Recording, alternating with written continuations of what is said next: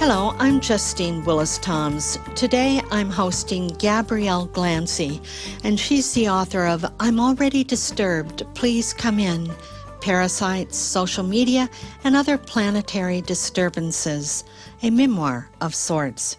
Gabrielle, welcome to the New Dimensions Cafe. It's great to be here. It's great to have you.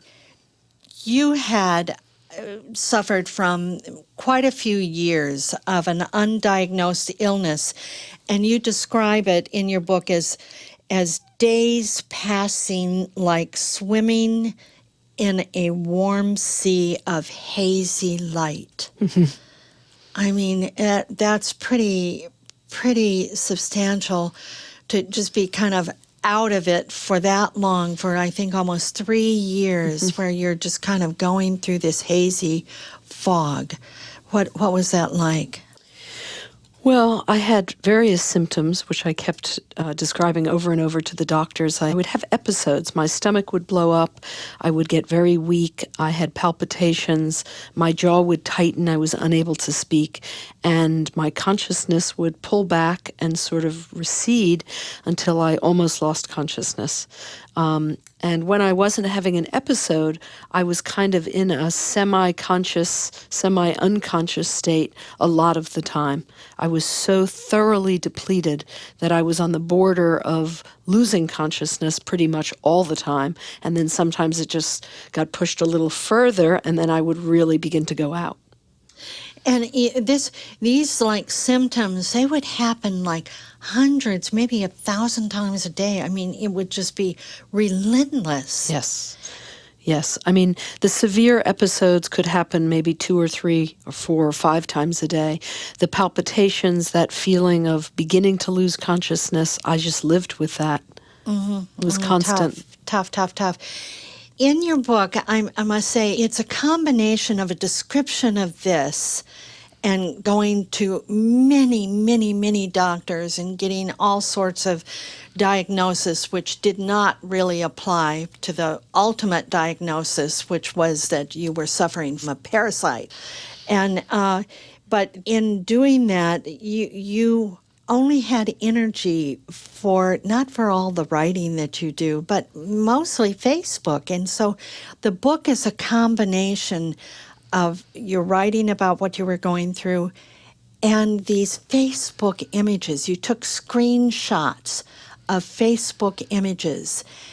And one of the images that you used, which I thought was just fascinating, it was called Weird Creatures, 86 million years old and still breathing, that they pulled up from the ocean muck.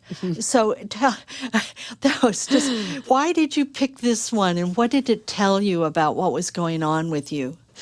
Well, it's interesting because at this time, I'm a writer, so I write, but I was too weak to really write, although in the moments when I had strength, I knew I wanted to get this down. This book must be written because this can't continue to go on behind closed doors.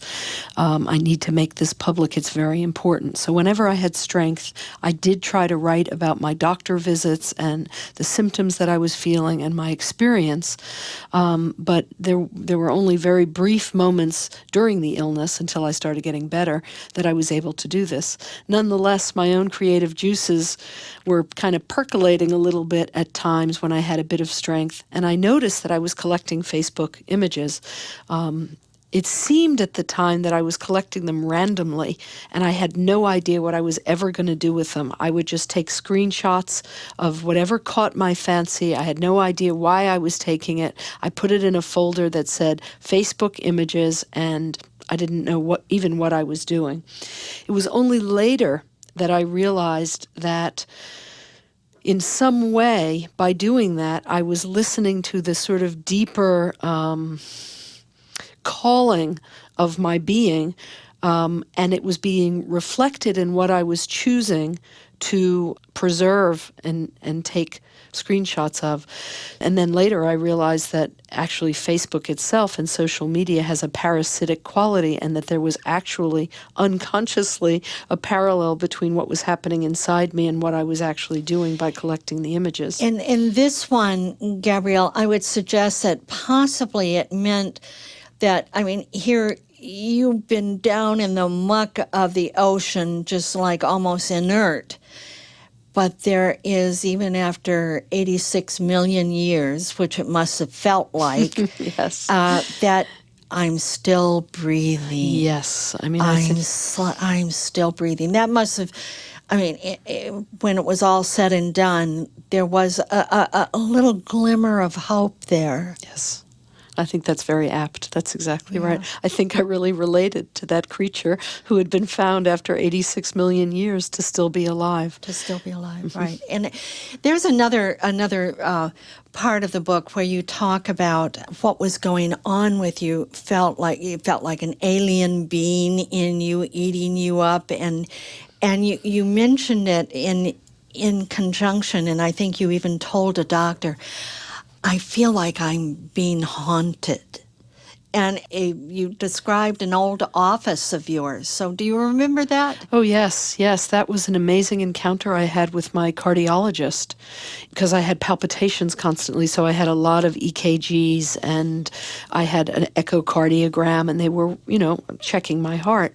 And she said to me, do you do anything like meditation or yoga or anything? And I said, I know I should, but I don't really do it formally. She said. I said, why do you ask me that? She said, I don't know. And then I remembered, I said, I had this experience recently that I had been in this office and I felt like I was never alone there. And I told an office mate about it, and she said, oh yeah, a guy had a heart attack and dropped dead in your office a few years ago. And I said, oh, she said, maybe his spirit is there. She said, you should speak to his spirit. His name was Paul. Say, Paul, I'm here in this office. I respect your spirit. So I went to do this. Next time I came to the office, I spoke to Paul. And my cardiologist, when I was telling the story, said to me, it wasn't Paul. And I said, right. How did you know? She said, I knew. And I said, yeah, I was in the office and I was talking to Paul, and Paul's spirit, as it were, and I got a message that it wasn't Paul's spirit that was haunting the office, that Paul had a heart attack in the office because the office was haunted. And I was like, oh my God, the cardiologist, I don't know how she sensed what I was telling her. I never went back to that office, actually. Right. And then the cardiologist said to me, you're a picture of health. She said, you're not going to die of a heart attack. Sorry to tell you, you'll die of something else. She was amazing, actually. Yeah. I didn't have heart problems. She was right. She was right. But in that haunting, and you're coming in touch with that was, it could have been what was going on in your own body, not so much outside of you. Yes. Well, I mean, whether it was outside of you, we'll never know, but definitely it was going on inside you. Yes. So I was, I guess in a manner of speaking, you could say I was haunted. I was definitely possessed by alien creatures who were consuming my food and, making me really, really, really sick. I mean, I often think that the doctors maybe didn't believe me because I have such a vivid and graphic way of describing things and such a vivid imagination, and I'm a writer after all, so I probably just was very dramatic in the way that I was saying, I don't know, I just feel possessed by something, and they just cocked their heads and looked at me like, they never said, really? Like, what do you, what does it feel like? Well, I don't know. My stomach is churning, and then I start to pass out, And then you'd have doctors say, oh, well, you're having an anxiety attack. Yes. And then it would just, it's got to be so frustrating to know that there is something really wrong and not get any sort of confirmation until finally you found a doctor who asked the question, what do you think is wrong with you? And he suggested that you have a stool test. He recognized that oh, maybe this is a parasite, Yes. at least to check it out. Yes. Well, his name is Chris Kresser. He happens to be here in the Bay Area, and he's now really world known. And when I saw him years ago, he was taking new patients. He's not even taking new patients now, so he's very, very well known. He had suffered from parasites himself. I think he went to Bali or Indonesia as a young man, and so he recognized it. I mean, I was just lucky to happen upon him. He's a functional medicine guru, really, so he kind of is a out-of-the-box thinker anyway. And then my symptoms must have resonated with what he had already experienced and went through a healing journey and eventually became a healer himself as a result of it. And I think in that case, it was just really lucky that a friend of mine, had recommended him and that he was able to see the light, and I did a very sensitive stool test that was sent to Duluth, Georgia. 3 weeks later, it came back and he was right on the money. It was parasites. So do you still use Facebook? I mean, I know that you used it extensively at that time because it was all you could do. Mm-hmm. But what do you think about social media? Well, I am still on Facebook. Facebook is like what used to be taking a walk in the town square and overhearing conversations or talking to people you know, even not that well, who tell you what's going on in the next village or whatever. So I do use it as a kind of one of my various ways of getting news and getting human interest news particularly, and also to keep up with friends all over the world and all over the country and all over the planet. I have a more circumspect, more considered view of it than I had before all this happened because I started taking a look at it.